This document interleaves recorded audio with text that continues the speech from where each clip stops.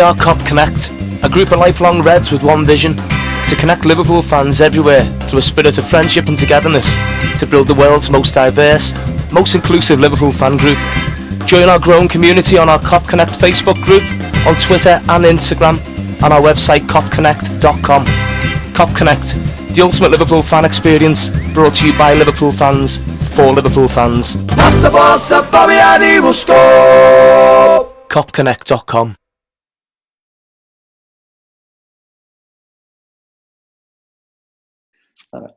Hello and welcome to the Liverpool Connection podcast. I'm Daz, got Steve with me, and today I wish you would have brought some home-baked smells with you as well. From Homebaked is Sally Ann Watkiss. Hiya, Sally. Hiya. Sally. Where's the pies? The pies, unfortunately, are in the freezer back at the bakery. No. That's what I really miss when going home. Going there, like it's cheap as well, but the quality is like top notch, you know.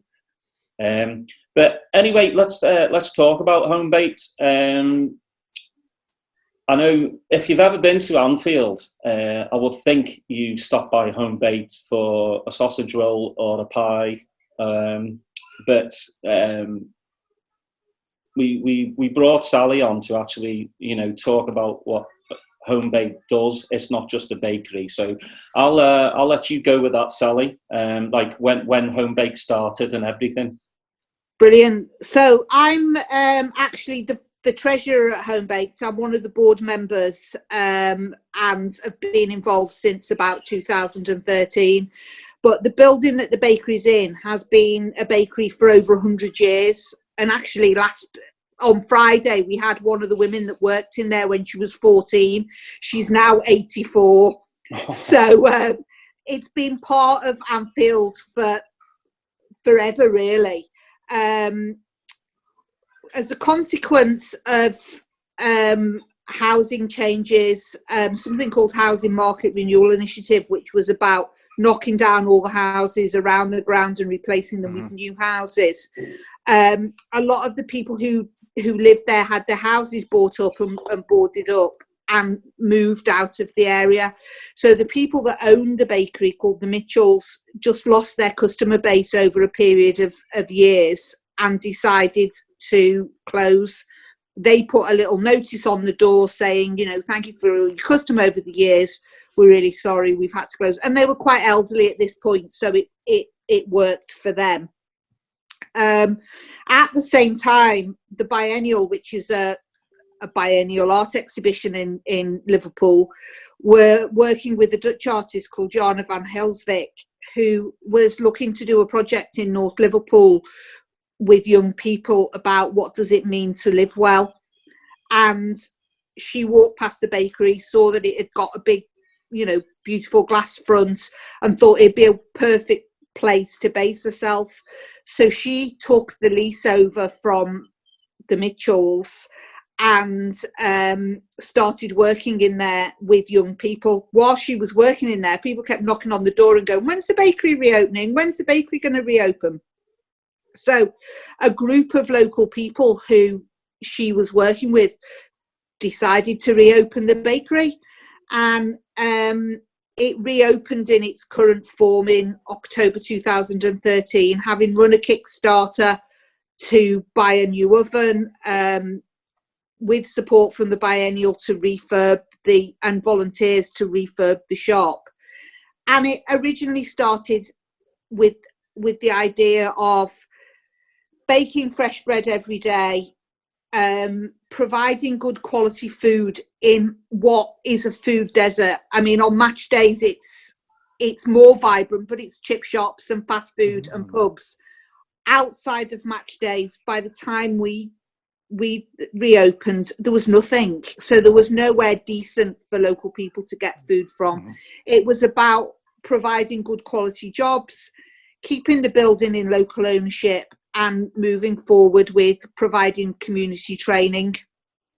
So it started with that. It started with bread, and people made pies and sold them on a match day as volunteers. as time went on, it became very apparent that we had something quite special there.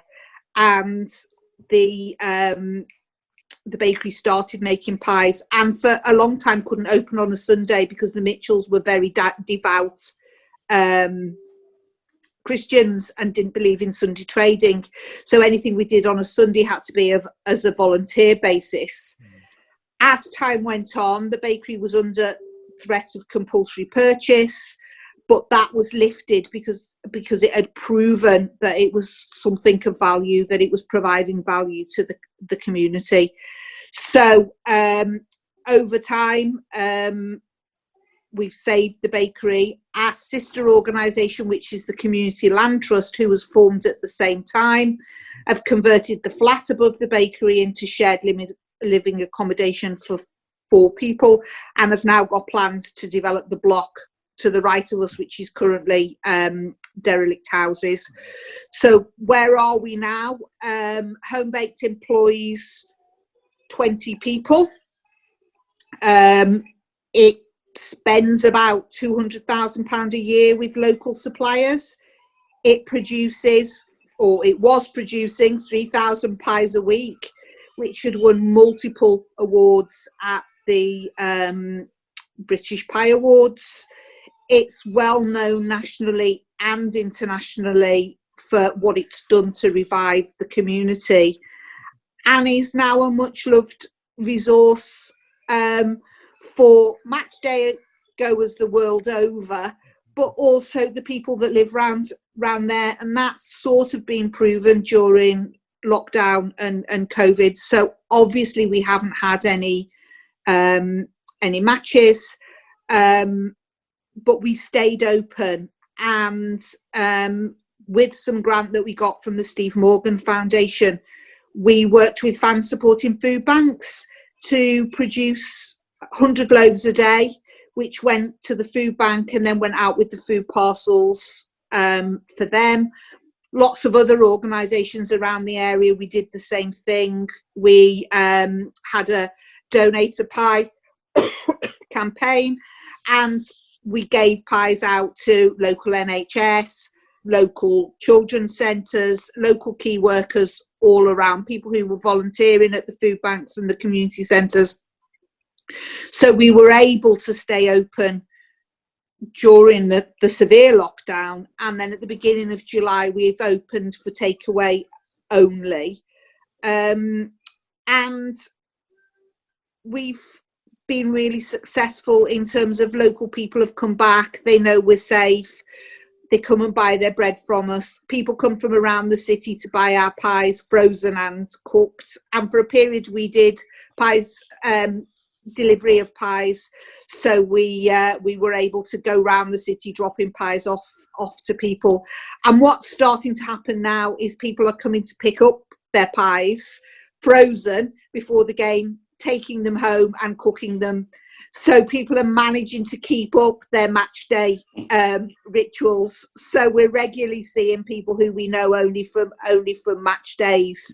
And sometimes I happened to be in the bakery a couple of weeks ago, and a couple of our regulars who were quite elderly and had been shielded called in and said, "Oh, we're getting our Shankly pies ready for the season. You're the first place we've been to since we came out of shielding."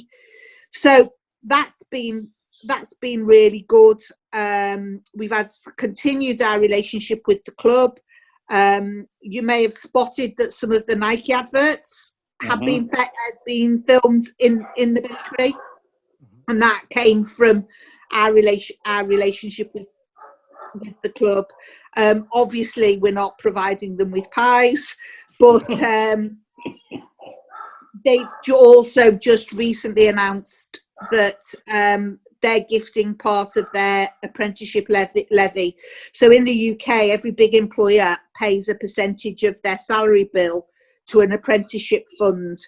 And if the organisation can't spend that levy themselves, they can gift it to another organisation. And the club have just gifted us part of their apprenticeship levy, so that 6 of our employees can get some really good training that we otherwise wouldn't be able to do. And we've just received some grant from the Social Enterprise Fund in the UK to set up our training in a COVID safe way. So we'll be looking to resume doing our training.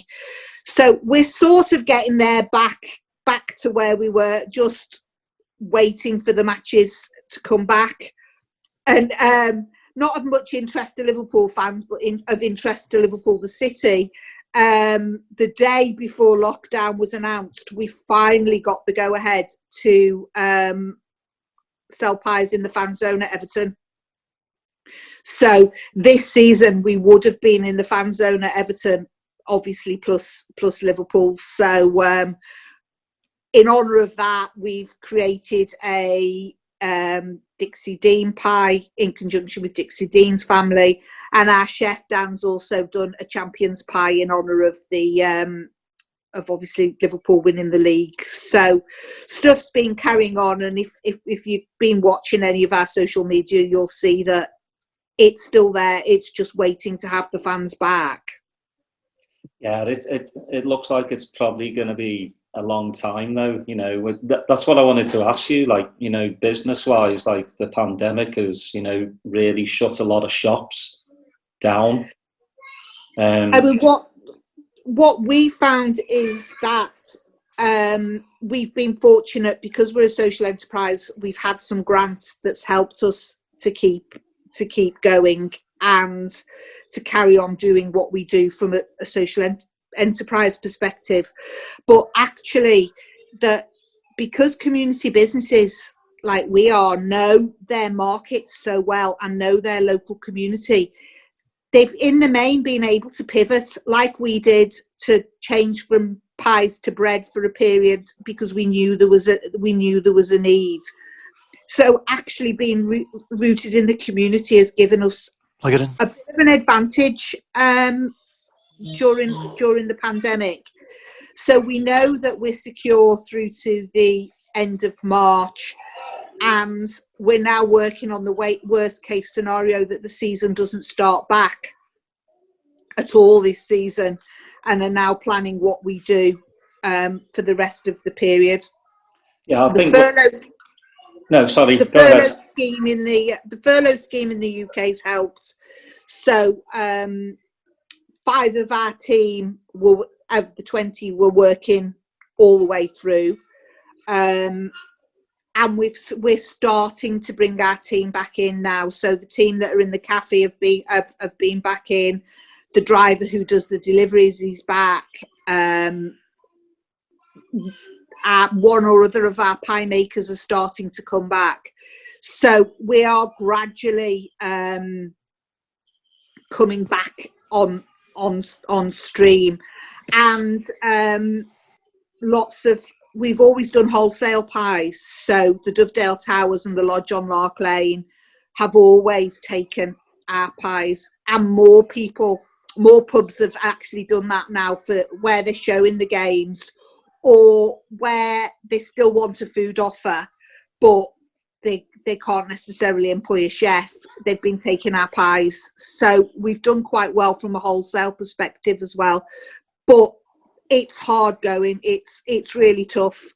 You feel the same that every business is feeling at the moment. I think the good thing though is, you know, the community does back like Homebaked, you know, that they keep going back.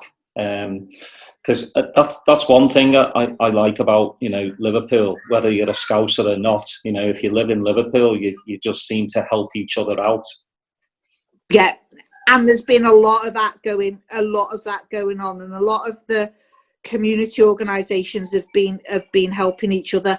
So, like silly little examples, like the people that make Utterly Butterly, which is a butter spread that's well known in the UK, is based in Kirby, and when their production line fails and they have slightly damaged boxes of butter, they donate them to us, and we've sent them out. We've dropped them off at about 20 different organisations around the city. Coincidentally, we take them pies, obviously, to say thank you, but the line goes down quite frequently for a butter line. I think pies are a big attraction. So that's organisations coming together to work together. Liverpool Homeless Football Club haven't needed their small van during this period, so they've lent it to us. Fan supporting food banks, obviously, we've always worked with, and actually, by working together, we're stronger than we are as individuals. And the community and our members and our supporters have rallied round. You know, we got loads of pies donated. We got loads of people ordering frozen pies and stocking up. You know, when the games were cancelled, our freezer was emptied in 2 days by people coming to buy the pies from us, so that we didn't lose them, because at that point we didn't know what was going to happen. You don't do you do international sales, like shipping? No, we don't. So a couple of years ago, we had a partnership with Manchester Business School, and we looked at doing pies by post. And we've still got all the projects and everything. We've just need the time and the headspace to get it up and running. But we constantly get requests about shipping them to the States, shipping them to Germany, shipping them to Scandinavia, and shipping them around the UK. So just getting them around Liverpool was a challenge enough. Well, I have my MBA, so I can you can hire me and I'll help you get them shipped worldwide. So I'd like to be on the payroll at Homebaked. Paid in pies, I know. That'd be great. Yeah. I like pies. But Steve, go ahead. Hey, Sally, before I begin, just thank you for coming on. You know, if Willy Wonka, wasn't he working on the smell-o-vision, right? Willy Wonka? We should have had this by now. And because, that's one of the great memories that I've had when I've been to Anfield as part of Ken Solomon's group, our mutual friend Ken Solomon, is to be able to come by there and have a sit-in with you guys and have some pies. And it's always one of the highlights of the trip and something I always look forward to. And I was thinking back, because my first time to Liverpool was in 2015. So this was really a relatively new enterprise for Homebaked, doing the co-op. And I remember walking around the neighborhood there, and the houses were still boarded up, a lot of them. And I remember joking to Ken, I said, we should buy one of these. If you're going to have a trip over here every quarter, we should just, go in and buy one. And, we just kind of joked about it, but now we look back and say, hey, we should have bought one, and we could have had a place here right near Anfield. And, but, one of the highlights is always coming back to the shop and having a pie. And, we were there that first weekend that Klopp had his first home game. And so you guys made special pies that weekend for that occasion. And so have great memories. I want to ask you it kind of thinking about the previous owners, right? Hicks and Gillette, and they're at that time when they were in charge, wanting to take the stadium away from relocating a stadium, building a new stadium at a different location. And I always wonder how that would have affected that whole neighborhood if that would have happened. I think there's an element of the area has a love-hate relationship with the club to a certain extent. And I think what the new owners of LFC, the foundation, and particularly Red Neighbours have done is started to recognise that actually they are neighbours. They've got a part to play in that community. The ex-chair of the bakery, John Carden, who lives across the road from the bakery and is a lifelong Liverpool supporter, always used to say when we met with the club, what you don't want is that ground to be a gated community. You want that ground to be part of something special. You've got a part to play in Anfield being a great place. Take your responsibility and do that. And I think they're learning that actually they are part of that community. They're staying there. They're integral to it. They're one of the biggest employers in the area, as much as anything, and they have a part to play. And we've definitely seen a shift in mindset over recent times. Red Neighbours are really supportive, really work with us. The foundation are exactly the same, and I think their attitude to the area of Anfield is that they're not isolated, that actually they're part of that community and they have their part to play. They've started to listen. I think that's a big thing. Yeah, I think that I would imagine that having Peter Moore come back as CEO, you know, a local person, Liverpool guy, coming back as CEO for those 3 years, I would imagine that helped strengthen some of the relationships that the club had with the community and its surrounding area. And Peter Moore was very low key, so he was a bakery regular. He used, whenever he was at Anfield rather than at Chapel Street, he used to come in for his lunch. And one of the very last things he did before lockdown, well, in fact, yeah, just before lockdown, was he bought pies out of his own pocket. He paid for it on his own credit card for the guys at the distribution centre who were sending the kits out to all over the place. So he was going up there and he bought them their lunch out of his own pocket. He got it, he understood it, and I think you're right. I think it did have an impact. And Matt Parrish, who's the CEO of the foundation, totally understands that the foundation needs to be rooted in the community, and again works with us, talks to us, looks to get help on how to do things that impact positively on the community. And that's a big shift from, I mean, they've learned a bit, I think, from Everton in the community, but that's a big shift from the way a lot of club foundations are. A lot of foundations do the high profile, sick children, all of that sort of stuff. Liverpool Foundation are doing much more about helping in their community in a positive way, not just doing things for poor people or whatever. It seems like sorry, go ahead. And that them sharing their apprenticeship levy with us is a really good example of that. So one of the conversations we had with Matt was around, there was no point him reinventing the wheel of spending of apprenticeships when there were businesses in the community that would benefit from doing it for them, and that's exactly what's happened here. Yeah, I was going to mention that initially it seemed like there was I don't want to call it a struggle, because it was something that you guys were doing out of love for, you know, trying to keep the bakery open and being involved in the community. But as you've grown, and I don't want to say the prestige around the bakery in this new way that you're doing it, it seems like it's becoming easier to get more notoriety, more of the grants, you know, more of the social schemes to help you in this next phase of expansion. Yeah, and I think some of that is we've proved that you can do it, and you know, most of our board are local. 85% of the people who work in the bakery are from the immediate area, and that has a really positive impact because those people are part of that community. We're not a bunch of do-gooders that have just landed in the midst of a community to do something. It's arisen out of that community, and that buys you a lot of support.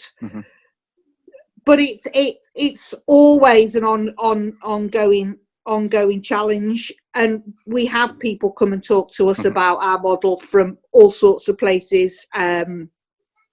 South Korea, Germany, Scandinavia, all around the UK. And what I always say is our model wouldn't work if we didn't have Liverpool Football Club across the way. And lockdown's proven that we couldn't afford to keep our prices at the level that they are for local people.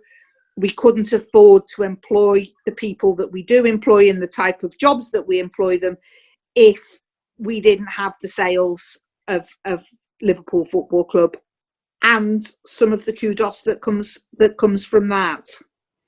You know, I think it's one of those forgotten things that during this COVID scenario that we're living under, that there's real life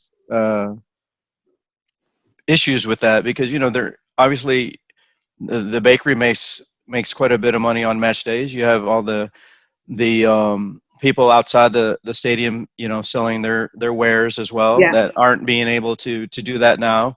And so when people complain about, hey, we can't watch football on television, I'm like, it's just more than that. There's people on the ground that are suffering, and I think you should take a bigger view of the situation versus I'm pissed that I can't watch my footy and there's no fans in the stands. And for Liverpool as a city, the football is very important economically. Mm-hmm. So people, all the hotels are noticing the impact.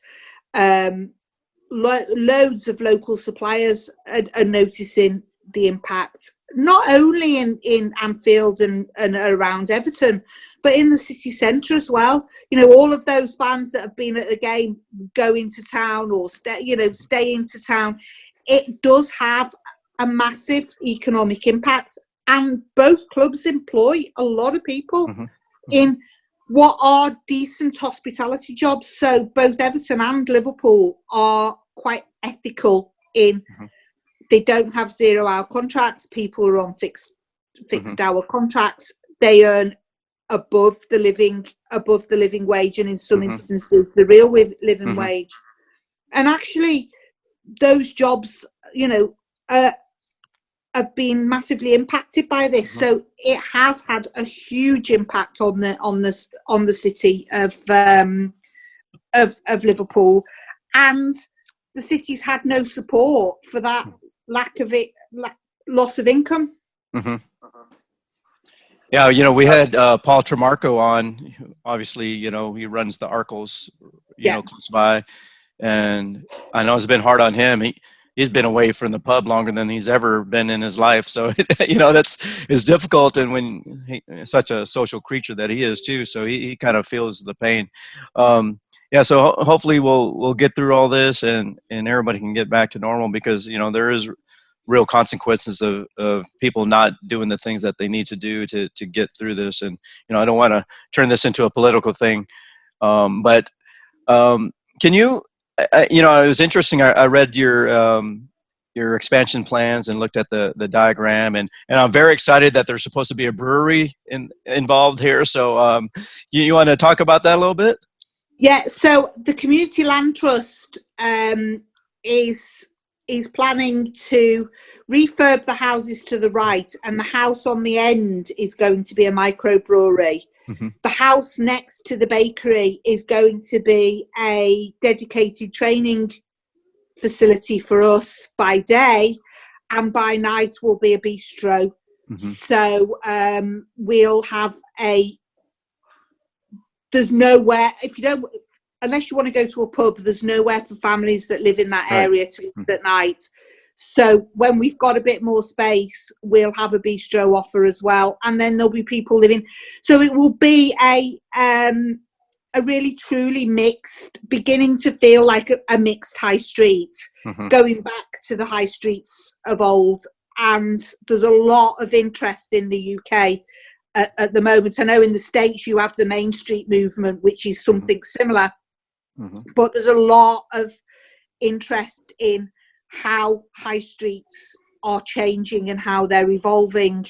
And Homebaked has been used in a couple of government papers around how community-owned high streets can actually change an area and can actually, thrive and survive. So it's been quite an interesting period in that sense, that we're trailblazing some of the things that are happening. And as a result of COVID, people aren't in city centres as much. They're in local areas, and local high streets are beginning to thrive. And we've been saying, we told you so. We told you that this was the way forward. So we've been featured in the Financial Times a couple of times in that context, wrapped around the football, but actually around how local communities can take ownership and with support change their area for the better. It was interesting that the design that was approved, it's incorporating the historical look in the front and then kind of expanding towards the back. And then I believe you have that park that's right next to that area too, right? That you're kind of connecting back into there. Yeah. So the houses were always planned to be demolished. The whole block was the bakery and the houses. The bakery got a reprieve. And up until probably a couple of years ago, the houses were still going to be demolished, and the Community Land Trust looked at a new build. And then everybody just said, "Why wouldn't you just keep the traditional look?" So that's what the plans are now, is to reconfigure the space. And the architect that's done it is really good at doing retrofits, so they'll be eco friendly as well, cheap to heat, using solar power, well insulated, all of that sort of thing. So again, it's another way of showing that communities can do these things for themselves. Has the construction process started in this phase yet? No, it's still they're still working through the details with the council, and they're working in partnership with the local housing association. So it's probably going to be another 12 to 18 months before it's finished. But it is moving. It just moves very, very slowly. Hopefully we'll be able to fly over then. Yeah. Hopefully you'll be able to see it in all its glory. During lockdown, we're also getting, we've had the freezer, it was inside the building. It's now moved outside. And along the lines of, we expanded into the snug and realised that still wasn't big enough. So the room where the freezer was is now going to become a garden room, and we're getting doors out, and we're going to have an outside space as well. That's going to be lovely. So, we'd already got that plan before lockdown happened, and what lockdown's enabled us to do is get working on that while there's nobody in the while we're doing takeaway only. Here in our area, Austin is a very big farm to market type of eateries that we have here. So do you have that sort of plan to grow your own vegetables, herbs, and things like that as well? That's part of the whole vision. At the moment, we just buy from, part of our ethos is to buy from local suppliers. But yeah, we'd love to be using some of the space for growing some of the fruit and veg, etc., to go into the pies. Will we see any pigs and chickens running down the road? That'd be quite cool, wouldn't it? Add to the atmosphere. Yeah. Well, really do appreciate you coming on, Sally, because again, what we try and do on the podcast is not just talk about Liverpool Football Club, but about the community as well. The food banks are something that that I'm very my sister lives in Formby. I'm from Formby.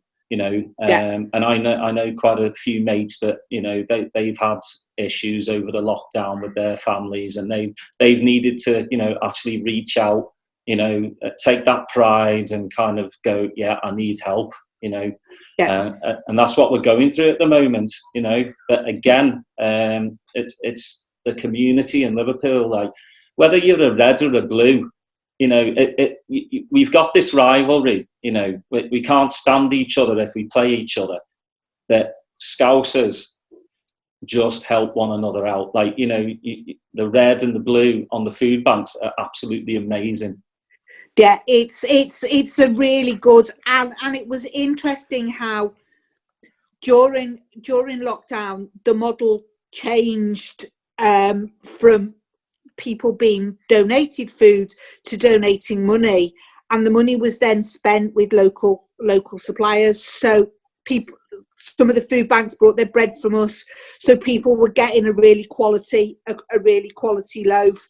They bought stuff to go into them from local butchers and local greengrocers and stuff like that. So it really showed how by working together you could get the local economy and taking the grip away from the supermarkets to a certain extent.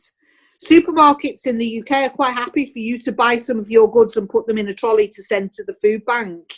It's much better to deal with it directly, and we have a really good relationship with Dave Andy and Red and Blue from the food banks, and are looking to do some quite strategic stuff with them going forward around changing the model around food poverty. But it's dependent on a few things happening before we can make it real. But they've also set the model. You know, most clubs in the UK now have got an equivalent to fans supporting food banks. And again, Liverpool's taken the lead and shown that actually you can do things in a different way. I had a question for you, Sally. I know you have a Shankly pie and there's a Klopp pie. Has there been what other names have you gone up here recently to kind of dedicate it to the team? So we've also got a Rafa pie. Oh, Rafa pie. What's in that?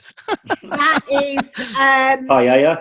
Spanish chicken and chorizo. Oh, chorizo. Yeah, I love that. Spanish. And we did, back in the day, we did have a Brazilian pie, which was dedicated to Lucas Leiva. Okay.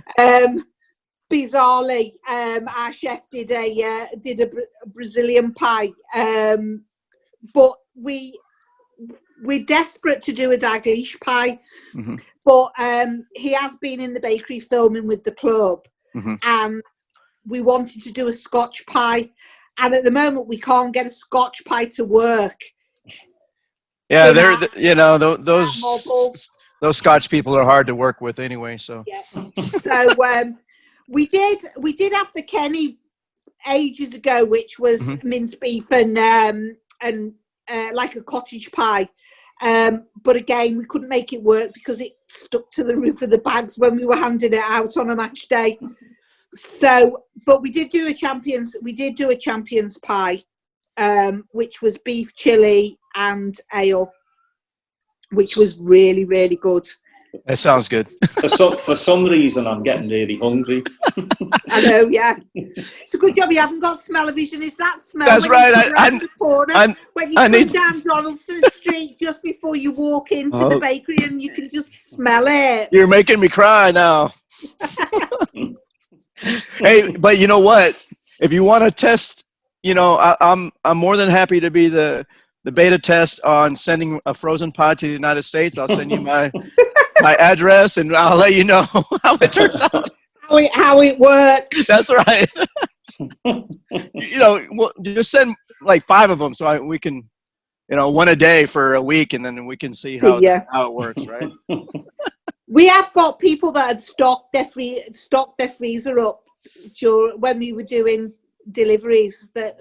And we've definitely noticed people coming. We're much busier when there's a game at the weekend. No, it's good. Like I said, the community helps each other out. I just want to say first off, thank you to Peter Carney for getting me in touch with you, because what a fella he is. Absolutely magic. He's part and parcel of Homebaked, and I don't know if you saw, but he was responsible. We have this Kathy, who's the counter queen on a match day, so you'll know Kathy. She'd sewn Homebaked some bunting, which we used at markets and things like that. And Peter asked us if we could lend it to him. So our bunting was actually on the cop, which was amazing because it was a little bit of Homebaked there, and obviously he's introduced us to lots of people from various places. We've seen him; he's been in a few times while we've been doing takeaway, and again, we're hoping to do more work with him going forward. Yeah. That's a great testament to just the quality and the experience that you guys provide there, because, be part of, his Soccer in the City tours, and then Ken Solomon's tours, because that's always, I know he's adamant that every tour they stop in there and get a pie. So it's a great testament to everything that you guys are doing there on that side, but also, we love hearing all the things that you're doing for the community, because as Daza had mentioned before, we can't go there, and there's a lot of people that listen to us or watch us that'll never get to Anfield. So we're always trying to, project some of the stories and the culture that's around the club as well, instead of just on the team. So we really appreciate your time today and helping us out. I think part of our match day offer is we offer something that nobody else does. So I always say, you come in home baked on a match day, and there's lots of old women in there who come and meet their mates and wouldn't dream of going in a pub but meet in the cafe. There's a lot more disabled people, older. Away fans are always welcome. Away overseas fans are always welcome. And it just has a really, really special atmosphere. Unless you've actually felt it, I think it's quite hard to explain. But I know I've got some friends who are Wolves fans who follow Wolves home and away.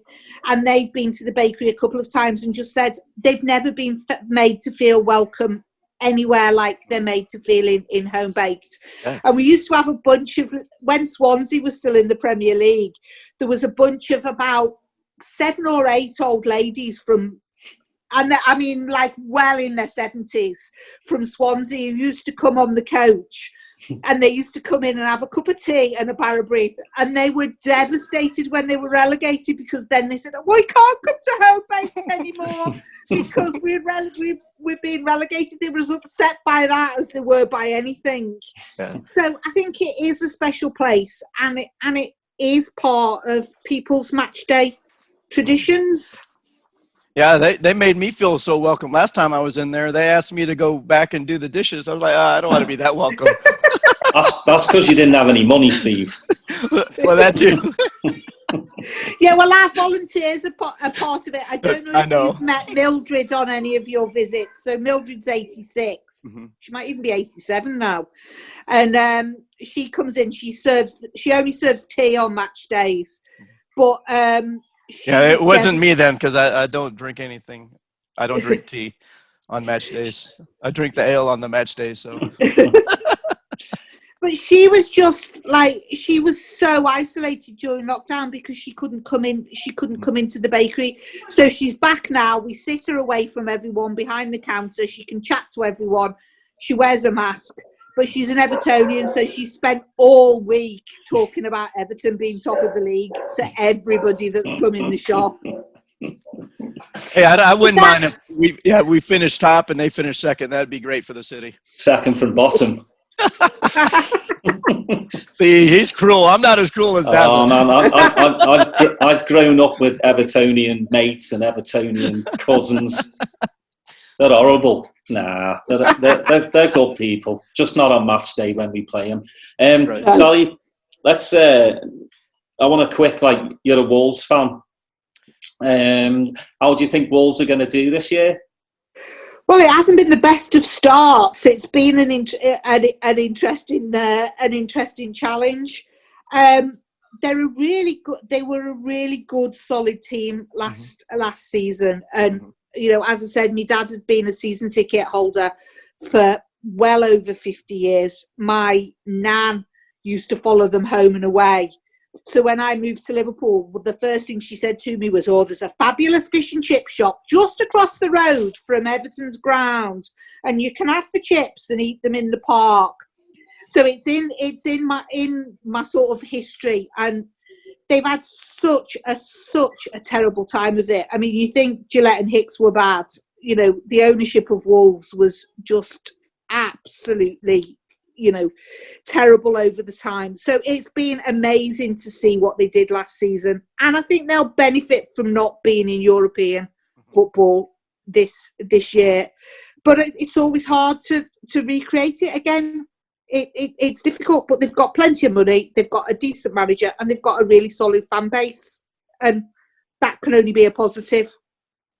Well, they have a great manager too, and he plays football the right way, and he doesn't, it's not negative, and that team is enjoyable to watch. And one of the kind of bittersweet things is that we took Jota. We purchased Jota from that team, and it is always interesting to see a team sell a player that was such an integral part of getting their success. And you just hope that doesn't cause a negative reaction on the result side for them. Okay. As I say, my dad's thought that it was a positive move for the player and for both for both clubs. But he for a long time he was happy for Wolves to stay in the Championship because he liked watching football at 3:00 on a Saturday afternoon. But he thoroughly enjoyed the last couple of seasons. Yeah, so did we when they beat Man City. Yeah.